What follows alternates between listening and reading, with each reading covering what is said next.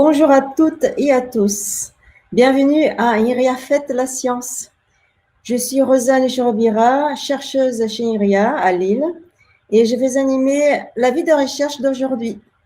Et avant de commencer, un petit mot sur cet événement. Donc, pour rappel, INRIA est l'Institut national de recherche en sciences et technologies du numérique. Et cette année, nous vous donnons rendez-vous jusqu'au 11 octobre, dimanche, pour une fête de la science 100% dématérialisée.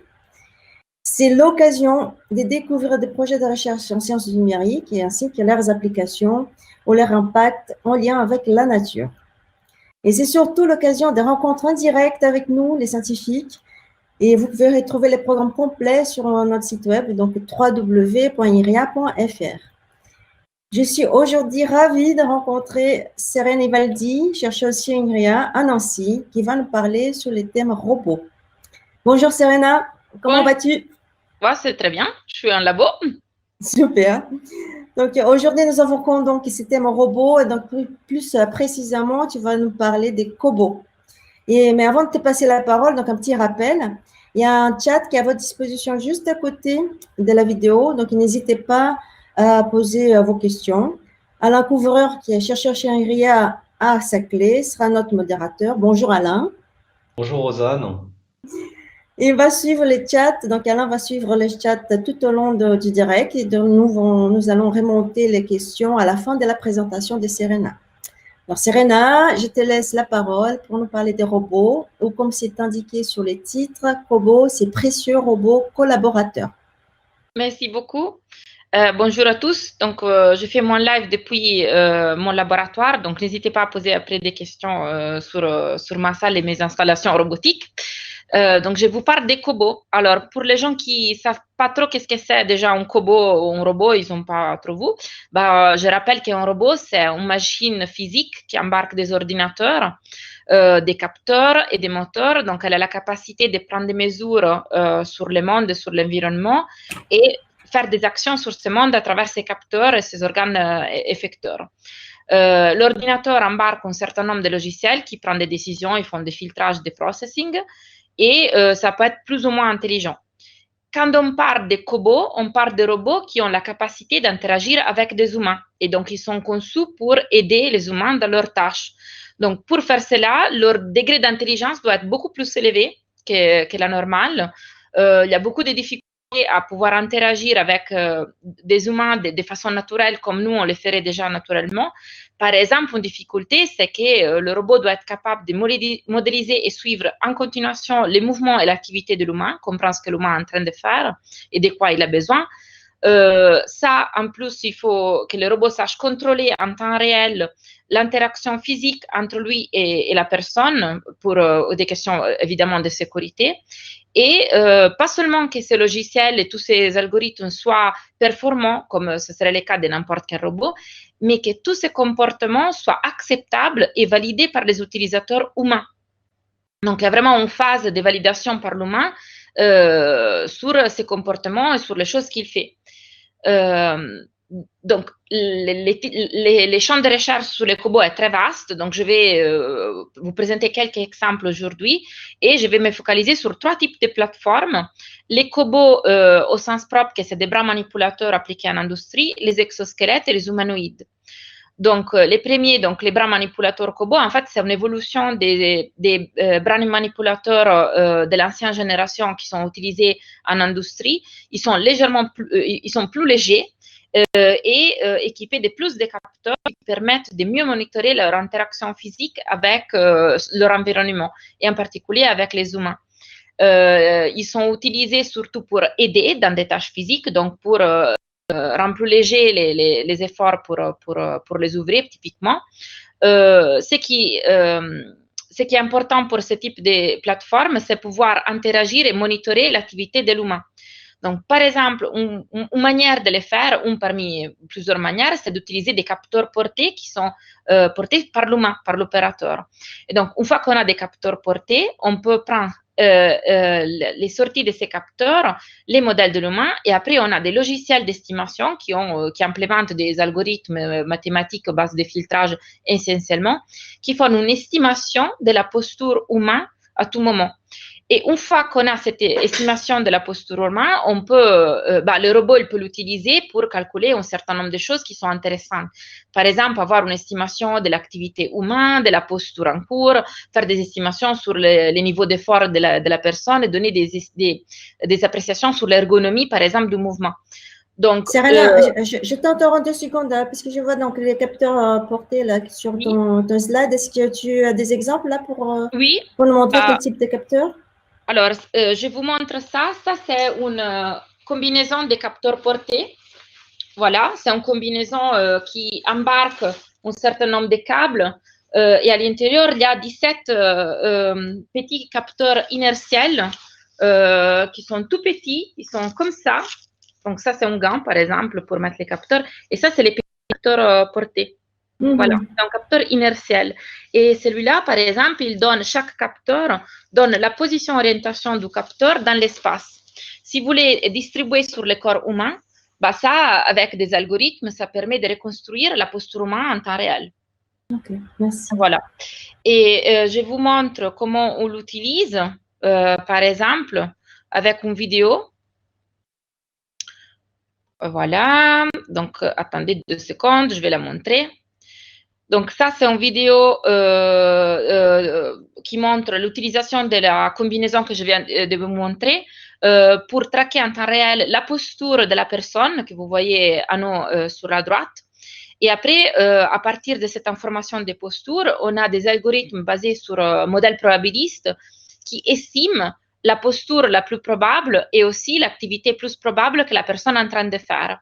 Et tout ça avec très, très peu d'informations, sauf les capteurs. Donc, voilà. Donc, je reviens sur ma présentation. Donc, une fois qu'on a ça, le robot, il peut utiliser cette information pour prendre des décisions. Par exemple, pour faire des prédictions sur les mouvements futurs de l'humain et du coup, de quoi il va avoir besoin dans la prochaine tâche, ou simplement améliorer les contrôles du robot. Par exemple, quand on veut faire un contrôle pour donner de l'assistance à la personne, on a besoin d'avoir des informations sur les efforts que la personne est en train de produire. Et voilà, donc on passe au robot suivant, c'est des robots humanoïdes cette fois-là. Donc, c'est des robots qui sont beaucoup plus compliqués par rapport aux cobots normaux. Ça, c'est 2 exemples qui sont des robots qui sont dans notre salle. Oui, je t'interromps aussi, excusez-moi, parce que je vois qu'ils sont super, super sympas. Et tu as dans ta salle là ces robots-là? Oui, je peux vous montrer. Donc, je prends ma caméra, mon téléphone pour vous montrer de plus près le robot. Donc, celui-là s'appelle iCab. C'est un prototype humanoïde avec la forme d'un enfant. Donc, il est à peu près un peu plus grand d'1 mètre, 25 kilos. Et donc, là, maintenant, il est éteint parce que s'il était allumé, il ferait trop de bruit pour la transmission. Mais comme vous pouvez voir, c'est un robot très intéressant parce qu'il est recouvert par une peau artificielle. Donc, c'est cette-là. Et après, à l'intérieur, il a plein de capteurs de force et il est tiré par des câbles. Ce qui fait, c'est qu'il a un design très léger. 53 moteurs embarqués sur 1 mètre. Donc, c'est une machine très intéressante. Et celui-là, c'est Talos, c'est un robot humanoïde plus grand. Alors, plus grand parce que, comme vous voyez, il est grand à peu près comme moi. Je ne sais pas si vous me voyez. Oui. Et donc là, c'est un robot d'un design plus inspiré de l'industriel parce qu'il est fabriqué par une boîte espagnole qui fait des robots utilisés dans les services, etc. Et donc, c'est un robot qui vous pouvez voir la batterie, etc. C'est ouvert parce qu'elle était en recharge. Donc, il n'a pas une main compliquée, il a un gritter ici, mais il est également équipé au niveau des bras et de son corps des capteurs de couple et capteurs de force. Ce qui fait qu'il est adapté pour la marche et le design de ses bras en particulier, il fait qu'il peut soulever 7 kilos par bras. Lorsque iCab, vous voyez, il est plus léger, il a une main plus fine et il peut soulever 400 grammes. Voilà.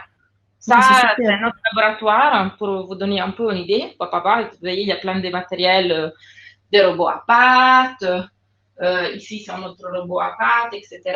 Ici, on a un exosquelette. Voilà, ça, c'est les robots. C'est super. Merci beaucoup. Ok, je reviens à la présentation. Et donc voilà. Donc là, vous avez vu un peu les robots. Donc, c'est des plateformes qui sont utilisées pour étudier la collaboration avec des prototypes de formes anthropomorphiques. Donc, ne sont pas utilisés pour faire de la collaboration au niveau industriel maintenant, mais c'est plus pour le futur. Et après, ils sont utilisés pour étudier comment un opérateur peut l'utiliser pour avoir un avatar qui les remplace dans toutes les zones qui sont remotes, dangereuses, où on ne veut pas envoyer un opérateur. Et donc, ce qu'on fait en particulier, c'est qu'on étudie l'interaction aussi à distance et la collaboration à distance par le biais de la téléopération. Donc, je vous montre une vidéo qui vous explique un peu comment la téléopération peut se faire. Donc, en fait, dans la téléopération, on a un opérateur, dans ces cas-là, qui utilise la combinaison de capture de mouvement et une interface de réalité virtuelle pour se mettre vraiment dans la peau du robot. Et donc, l'opérateur là, il est en train de marcher avec sa combinaison de capture de mouvement. Il regarde à travers l'Oculus ce que le robot regarde, donc les deux petites caméras sur la gauche à nous, c'est l'output visuel du robot. Et après, l'opérateur marche, il commande des choses à faire au robot, etc. Et le robot exécute. Et il peut utiliser aussi pas seulement la combinaison des captures de mouvement, mais aussi l'interface, les interfaces qui sont sur l'Oculus, donc des interfaces avec des boutons, etc. Et donc là, vous voyez, lui, il exécute les mouvements et les robots, ils répliquent. Et voilà, donc ça, c'est une téléopération, ce que nous on appelle à corps complet. Pour vous expliquer un peu comment ça marche, en fait, la question est comment on fait pour contrôler les robots comme ça à distance. Vous pouvez imaginer que c'est comme contrôler un peu une marionnette. Donc, vous avez des points importants qui sont sur le corps de la personne, qui sont par exemple au niveau des mains, des pieds, de son torse, de la tête, etc. Et qui sont liés comme par défis virtuels au même point, au point correspondant sur le corps du robot. Et un point très important pour nous, c'est les centres de masse. Alors, qu'est-ce que c'est les centres de masse ou centres de gravité? C'est un point virtuel que vous avez, comme si toute la masse de votre corps serait concentrée dans un seul point. Et en fait, la projection de ces centres de masse sur les polygones de support, qui est la zone qui est définie par vos pieds, nous donne un critère simplifié pour déterminer la stabilité et donc l'équilibre de la personne et du robot.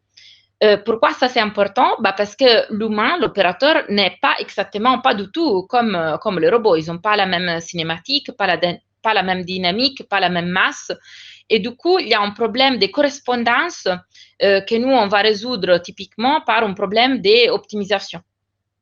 Donc, on utilise un formalisme pour la commande du robot qu'on peut formaliser de manière mathématique comme un problème de minimisation des erreurs de suivi des trajectoires, qui sont les consignes qui donnent l'opérateur, sous la contrainte de l'équilibre du robot et de toutes les contraintes possibles que le robot ne doit pas tomber et il doit pouvoir effectuer les mouvements avec ses propres capacités, les moteurs, etc. Et donc, sans rentrer trop dans les détails, mais si vous êtes un peu passionné des mathématiques, ça, c'est des problèmes d'optimisation divers et variés que vous pouvez résoudre avec des logiciels, des solvers, etc. Je termine juste par mentionner les exosquelettes. Pourquoi? Parce que les exosquelettes, c'est une instance un peu spéciale d'humanoïdes. En fait, c'est des robots qui sont portés physiquement sur la personne. Ils peuvent être de deux typologies. Passifs, que c'est vraiment pas c'est plus des orthèses, donc c'est des systèmes de ressort, etc., pour donner de l'assistance physique aux personnes, ou actifs et donc actionnés par des moteurs. Et donc, l'exosquelette, ça me permet de mettre en avant une chose hyper importante pour les cobots, c'est le fait qu'ils doivent être absolument validés par les utilisateurs. Qu'est-ce que ça veut dire? Que nous, en plus d'être mathématiciens appliqués et de coder des logiciels, faire la commande du robot, on doit aussi avoir la casquette de l'expérimentateur sur les humains et conduire des campagnes expérimentales pour prendre les mesures physiologiques, typiquement sur les personnes pour mesurer l'effet d'assistance du robot sur la personne. Et donc, on est amené aussi à utiliser des capteurs, par exemple, ça peut être des capteurs d'oxygène, des capteurs de mouvement, etc., ce qui nous permet de faire des tests et vérifier que les robots sont utiles et sont bien acceptés par les personnes. Ce qui nous a, par exemple, aidé pendant la crise de la Covid pour aider les personnels soignants de l'hôpital à utiliser des exosquelettes pour les aider dans leurs tâches physiques en réanimation. Et donc voilà, je termine par rappeler un peu les problématiques des cobots, que ce n'est pas des robots, disons au sens normal, ils ont aussi un composant social parce que comme ils doivent travailler avec des humains, ils doivent être capables de comprendre l'humain, les modéliser, les suivre, etc. Ils doivent être hyper intelligents, plus que la normale, parce qu'ils doivent avoir un contrôle qui est super à point, super sécurisé pour pouvoir contrôler au niveau fin l'interaction physique entre eux avec les personnes. Et ils ont la super contrainte qu'ils ne doivent pas seulement être performants comme machine, pas seulement être performants au niveau logiciel, mais ils doivent être une technologie qui est validée par les utilisateurs. Et voilà, donc je termine ma présentation. Si vous avez des questions, n'hésitez pas à poser des questions. Merci beaucoup, Serena. Merci beaucoup pour cette présentation super intéressante. J'étais très contente de voir tous ces robots qui sont très jolis. Donc, pour ceux qui viennent de nous joindre, donc, on discute aujourd'hui avec Serena Ivaldi, qui est chercheuse chez INRIA et qui nous parle des cobots. Et maintenant, je passe la parole à Alain, qui est à Saclay, qui va nous remonter toutes les questions qui nous ont été posées. Oui, alors bonjour Serena, merci beaucoup pour cette présentation. Alors, une première question d'un spectateur qui a pris comme pseudonyme le pseudo spectateur. Bonjour, est-ce que ce type de combinaison est-ce ce type de combinaison qui est utilisé au cinéma pour faire du motion capture? Sinon, en quoi est-ce différent? Exactement, c'est la même combinaison qui est aussi utilisée au cinéma. En fait, vous avez deux typologies de technologies pour faire de la capture de mouvement au cinéma. Les premières, c'est les caméras de motion tracking qui sont fixes et vous mettez des petits marqueurs sur votre corps. Et après, vous avez cette combinaison qui a des capteurs portés qui fait une estimation et ça permet de vous traquer votre mouvement indépendamment d'avoir des caméras fixes qui sont fixées dans l'environnement. Donc, vous pouvez bouger en dehors du champ visuel des caméras fixes et votre mouvement est traqué. Et c'est exactement la même technologie qui est utilisée au cinéma. Ok. Il y a quelqu'un, attendez, que je vois, c'est Stéphanie qui nous demande, donc bonjour. Non, attends, non, c'est Rosa, excusez-moi. C'est Rosa. Bonjour, combien de capteurs sont nécessaires pour une bonne estimation de la personne? Ça dépend quel niveau, enfin, ça dépend de ce que vous voulez faire avec. Pour estimer si vous voulez détecter la présence d'une personne, il suffit d'avoir une caméra. Oui, mais dans les capteurs que tu poses la personne, tu vois, combien de minimum on a besoin? Ça dépend, encore une fois, ça dépend de ce que vous voulez faire. Même un, ça peut suffire parce qu'en fait, comme si vous voulez simplement détecter la position et le mouvement d'une personne dans l'espace sans avoir un détail fin sur ce que la personne est en train de faire, un capteur, ça peut suffire. Si vous imaginez, par exemple, pour vous donner un exemple, quand vous avez votre téléphone embarque un capteur de cette typologie-là. Vous avez un capteur inertiel dedans. Et le logiciel sur votre téléphone, il peut vous dire si vous êtes en train de marcher, d'aller au vélo, d'avoir la voiture. Il fait une estimation aussi sur vos pas. Et tout ça avec un seul capteur. Ok. Après, si vous voulez avoir une reconstruction fine du mouvement, genre je veux savoir si tu lèves les bras droits ou les bras gauches, si tu es en train de cuisiner ou faire la vaisselle, alors peut-être il faut plus de capteurs. Ça dépend toujours de ce qu'on veut faire. Moi, je veux retourner pouvoir aller voir des matchs de foot au stade parce que là, avec le Covid, on peut plus y aller. Il faudrait combien de capteurs pour que je puisse envoyer un robot avatar, crier Allez le Stade Rennais, qui est mon équipe phare, dans le stade? Ce serait combien à peu près? peut-être dans les futurs, on vous copiera, on pourra vous imiter à partir d'une caméra simplement et pas des capteurs portés. Parce qu'il y a aussi un coût, hein. Enfin, la combinaison des capteurs portés, ça coûte beaucoup plus cher qu'une caméra. D'accord. Alors, on a une autre question, mais alors aussi sur les capteurs de Alex, qui dit est-ce qu'il est possible d'assurer la collaboration entre le robot et l'utilisateur en cas de faute, en cas de dysfonctionnement des capteurs? Oui, parce qu'en fait, souvent, ce qu'on a, c'est qu'on a un système de capteurs qui est redondant. Donc, si jamais il y a un capteur qui faute, bah, soit on peut, on peut s'en sortir même avec un capteur qui faute. Bah, bien évidemment, s'il y a tous les capteurs qui faute, c'est autre chose. Mais on a des techniques il y a des techniques, des algorithmes qui peuvent s'en passer d'un capteur si les capteurs est en faute. D'accord. Je peux poser la question, Anna, oui. C'est Pierre qui demande s'il y a des travaux de recherche sur des tâches nécessitant une coopération entre plusieurs robots. Alors, nous, pour l'instant, on ne l'a pas vraiment fait, mais je sais qu'il y a beaucoup d'équipes qui modélisent la coopération entre plusieurs robots en même temps. Par exemple, pour faire du transport collaboratif d'un gros objet, vous pouvez avoir deux robots mobiles qui doivent les transporter en même temps, ou même j'ai vu des recherches avec des drones équipés des bras qui doivent transporter un objet ensemble et du coup se coordonner pour transporter l'objet. De manière générale, chaque fois que vous avez deux agents ou plusieurs agents qui collaborent dans la même tâche, les formalismes ne changent pas si vous êtes 2, 3, 4 ou plusieurs. C'est toujours un problème, vous avez une collaboration entre plusieurs agents. Donc, c'est du multi-agent, si vous voulez.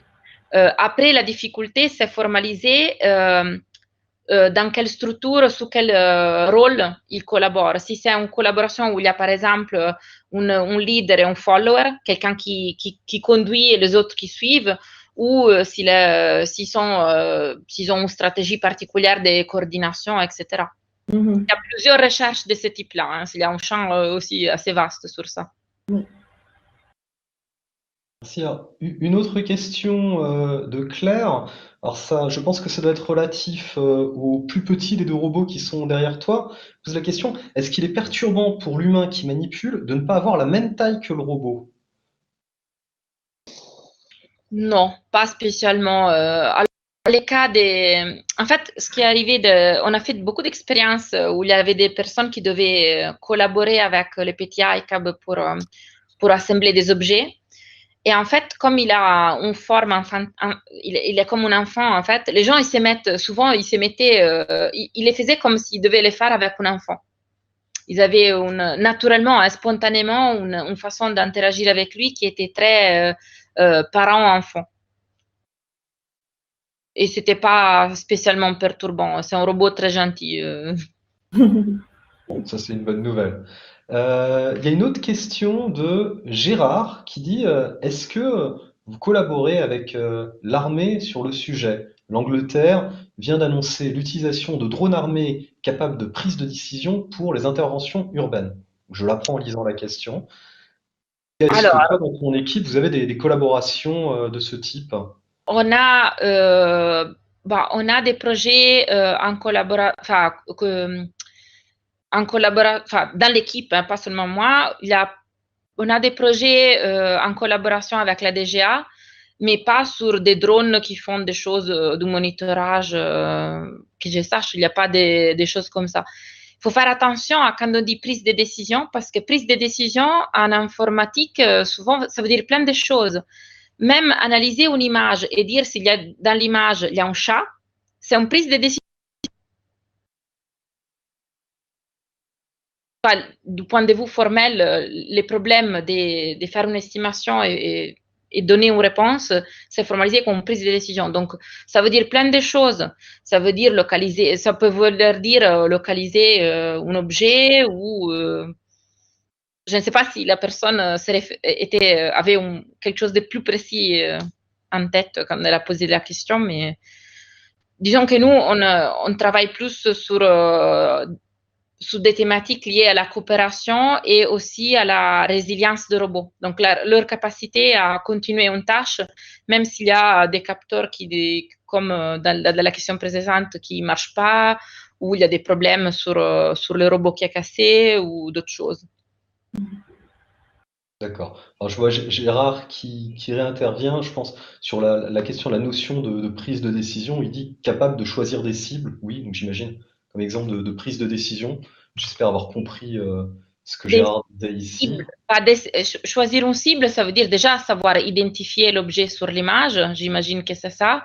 Et ça, c'est typiquement tout ce que ça s'est fait en computer vision. Donc, vous recherchez un objet dans l'image et vous lancez des algorithmes pour dire si cet objet est reconnu. Alors, peut-être une petite question un petit peu différente, mais qu'est-ce que c'est ton quotidien, toi, Serena? Je veux dire, est-ce que tu travailles au quotidien tous les jours dans la salle qu'on voit derrière toi, ou est-ce que tu travailles dans un bureau, devant un ordinateur? C'est quoi une journée de Serena Ivaldi? Alors, moi, je n'ai pas de bureau, je travaille en open space ici dans les labos parce que j'aime bien regarder mes robots tous les jours. Donc, mon travail, il y a une partie, disons, théorique, donc faire les équations, concevoir les équations, etc. Il y a une partie de codage, donc coder, programmer sur l'ordinateur les choses. Et il y a une partie expérimentale, donc faire des expérimentations avec les robots. Qu'est-ce que ça veut dire aussi faire de la maintenance sur le robot, fixer les petits problèmes, etc., mettre en place l'architecture logicielle, les ordinateurs, connecter les capteurs, et voilà. Écrire des grants, des papiers, des articles scientifiques, etc. J'ai plein de réunions avec nos étudiants qui sont des doctorants, des ingénieurs. Donc, j'ai la chance d'avoir une équipe avec des super personnes motivées qui ont envie de faire des choses très sympas avec les robots. Et après, j'ai mes collègues, etc. Mais voilà, je ne suis pas enfermée. C'est un travail très collaboratif aussi, mon travail. On ne fait pas les choses toute seule. Il y a toujours, surtout conduire des expériences sur le robot, ça prend beaucoup de personnes, beaucoup de têtes. Serena, on va peut-être passer aux deux petites dernières questions. Donc, il y a Pierre qui demande est-ce qu'on cherche à mettre progressivement de plus en plus d'intelligence dans les cobots pour les rendre de plus en plus autonomes. Donc, est-ce que tu peux dire des mots là-dessus? Ça dépend. Dans certains cas, on a envie que le robot soit vraiment plus autonome possible. Mais autonome, ça veut dire, autonome aussi dans la prise de décision de comment il interagit avec la personne. Et ça, on n'est pas encore là. C'est vraiment difficile. On arrive bien à mettre en place des collaborations quand le cadre est bien structuré, donc sur des tâches précises, qu'on sait bien quel est le rôle de l'humain, le rôle du robot, etc. Mais avoir des collaborations naturelles, comme deux personnes qui se croisent, il y en a un qui tend la main et l'autre, il comprend tout de suite ce qu'il faut faire, ça, on est encore loin, on n'arrive pas encore à le faire. C'est hyper compliqué. Quand vous essayez de faire ça, vous vous rendez compte comment l'homme est intelligent. Oui. On est super intelligent. Parfois, moi, je dis c'est impossible de faire comme l'homme. Bon, on va passer à la dernière question parce qu'on arrive donc à la fin de cet atelier. Donc, Serena, j'aimerais te poser cette dernière question qui est, est-ce que tu peux nous dire une phrase ou un mot, ce qui t'évoque l'idée des sciences du numérique dans la relation entre l'humain et la nature? L'imitation, par exemple. Imitation. L'imitation, l'amélioration et l'exploration. C'est super. Très bien, merci beaucoup à toi, Serena. Un grand merci à Alain aussi. Et puis, merci à vous, donc, chers publics qui ont participé avec vos questions très intéressantes. Et alors, il ne faut pas hésiter à nous suivre sur les réseaux sociaux, donc sur Twitter, Facebook.